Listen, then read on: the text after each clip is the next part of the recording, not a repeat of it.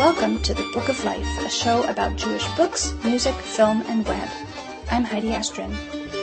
The Book of Life is a podcast service of the Feldman Library at Congregation B'nai Israel in Boca Raton, Florida. Additional support comes from the Association of Jewish Libraries. Sarah Darer Littman won the Sidney Taylor Book Award back in 2006 for her debut novel, Confessions of a Closet Catholic, which, despite the title, is definitely a Jewish book. Now she's back with another moving Jewish novel for teens, Life After. I spoke to Sarah during Book Expo America 2010 in New York City.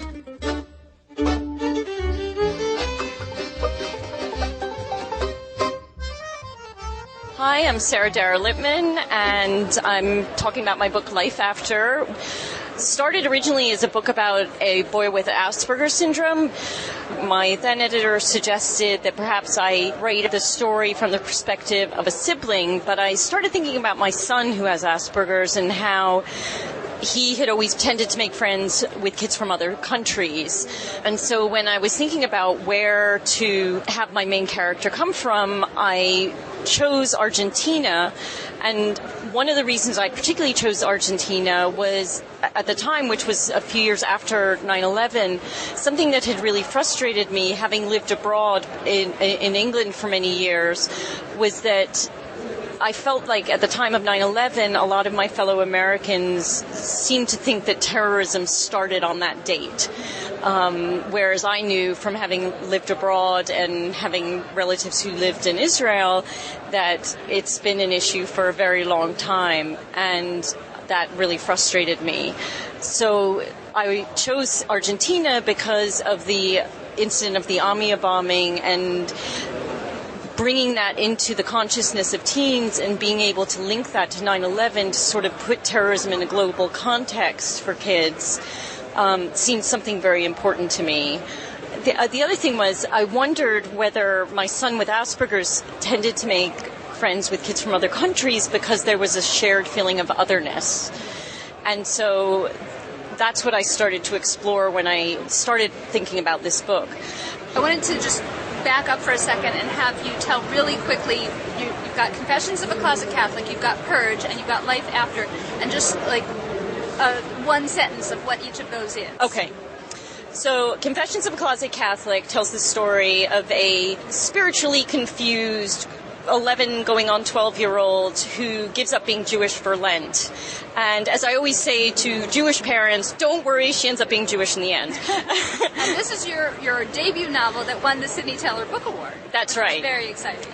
Yes, and it was also on the 10 books suitable for Christmas gift giving from the Catholic News Service. So, so I've got my bases covered. Okay, and then Purge was about eating disorders? Yes, Purge was my first young adult novel, a fictional story of a teenager overcoming her struggle with bulimia, and that, although it wasn't autobiographical, drew from my own experiences with bulimia, which I suffered from as an adult.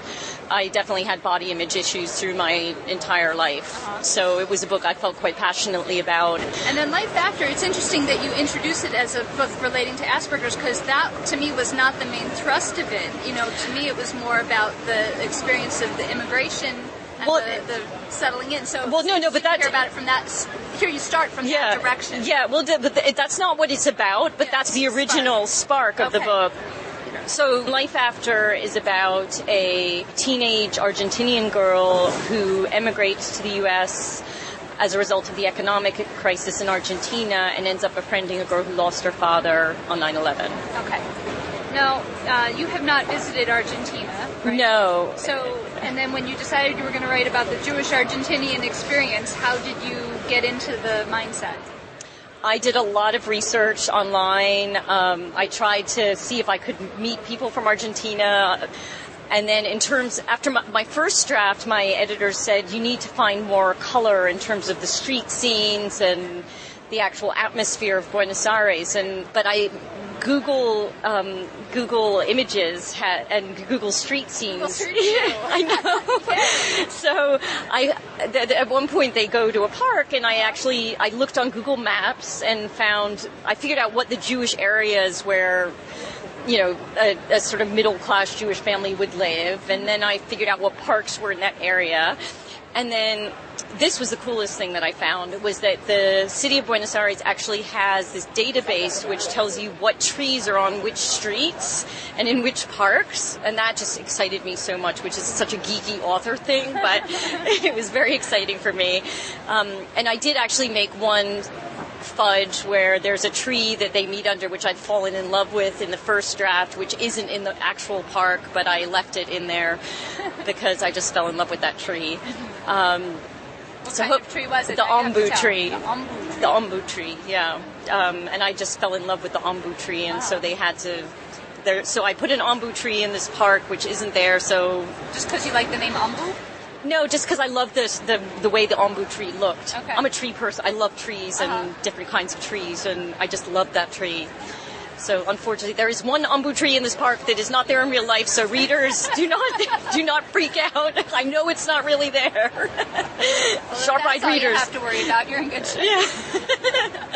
Yeah. But then, when I was doing some umpteenth round of revisions, the news came out that Governor Sanford of South Carolina had disappeared for book research, but it turned out that he had actually flown off to visit his mistress in Buenos Aires, and I was so jealous because I really needed to go to Buenos Aires for book research, but I couldn't afford to. So I was really fed up about that. Mm-hmm. That's funny. Yeah. What is the takeaway? I think the takeaway is that there are so many experiences are universal.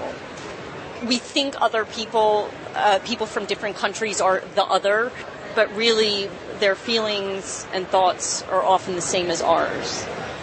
And it's important to recognize that and to try and look for those commonalities. And that grief is universal. The feelings of grief and loss are universal, but then so is hope, if we can find it.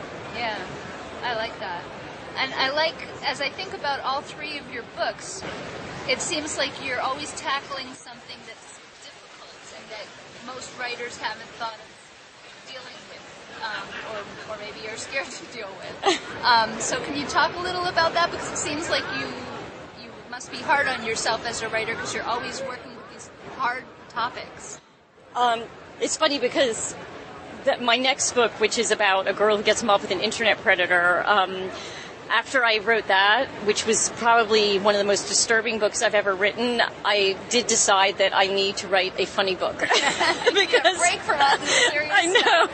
I really do think that I am probably a funnier person than my body of work would lead you to believe. Well, I mean, if you boil them down, they sound kind of dark and scary, like faith, bulimia, 9/11, right. internet predators. It's like, oh my goodness, what is the matter with this woman? Right, sounds like it would be really depressing, but they're not depressing books. They're funny and they're meaningful and funny both. They're not as heavy as it sounds. Yeah.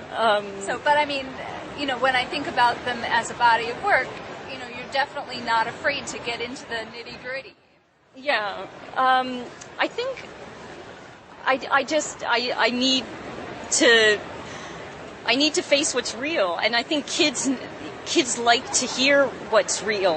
For example, I was doing an author panel in the Bronx recently during Teen Author Week, and I read a short passage from the Internet Predator book, and the kids went crazy. I mean, they were just so fascinated by it.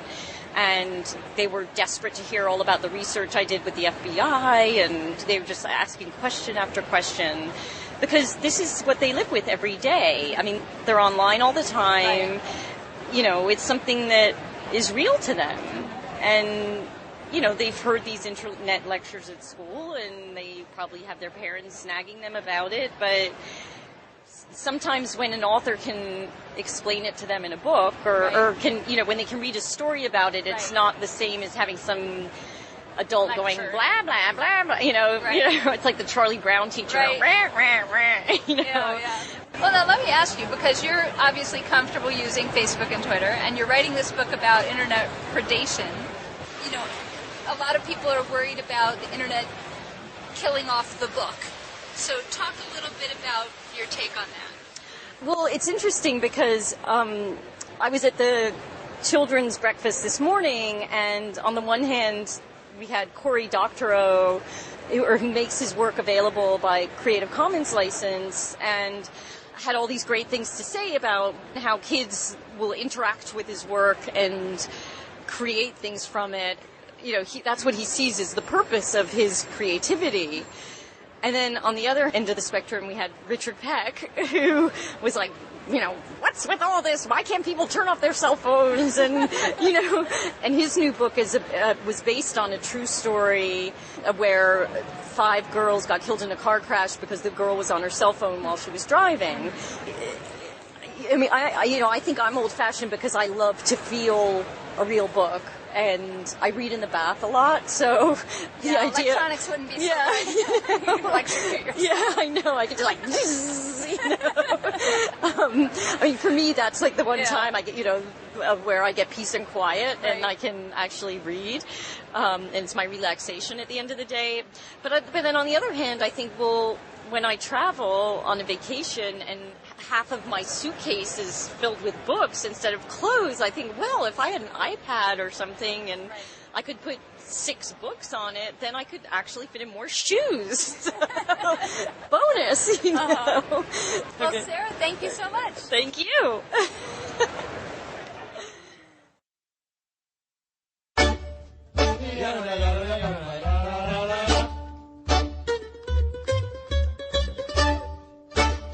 There are so many ways to connect with the Book of Life.